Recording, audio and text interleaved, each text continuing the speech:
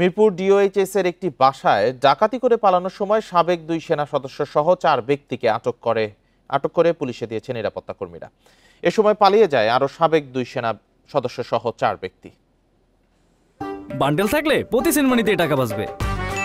বিকাশ send money bundle কিনে জিতুন প্রতি লেনদেনে।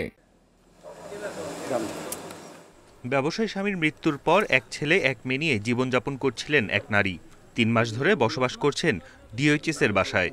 অসুস্থ ছেলেকে নিয়ে ধানমন্ডিতে একটি হাসপাতালে অবস্থানের সময় রোববার দুপুরে সেনা সদস্য পরিচয়ে জোরপূর্বক তার বাসায় ঢোকেন কয়েকজন ব্যক্তি।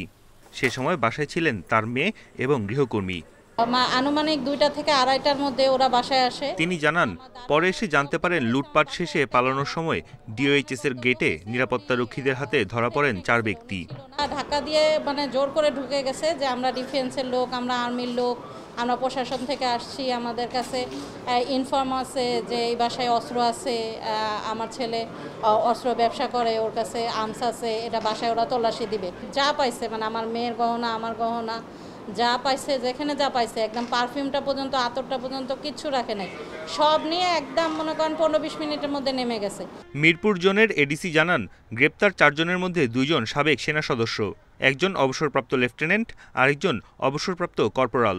সেনাবাহিনীর সাবেক একজন লেফটেন্যান্ট, একজন সাবেক কর্পোরাল, 2 জন সাবেক সৈনিক, 2 জন সাধারণ লোক এবং একজন ড্রাইভার এবং একজন সোর্স, এই 8 জন মিলে সেই বাসায় তারা যায়। পরে সেনাবাহিনী আমাদের কাছে রাত 8টার দিকে এই আসামিদের হস্তান্তর করে, আমাদের কাছে মোট 4 জন আসামিকে হস্তান্তর করে।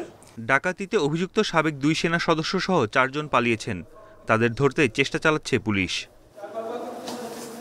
বন ইবনে কামাল, ইন্ডিপেন্ডেন্ট নিউজ, ঢাকা।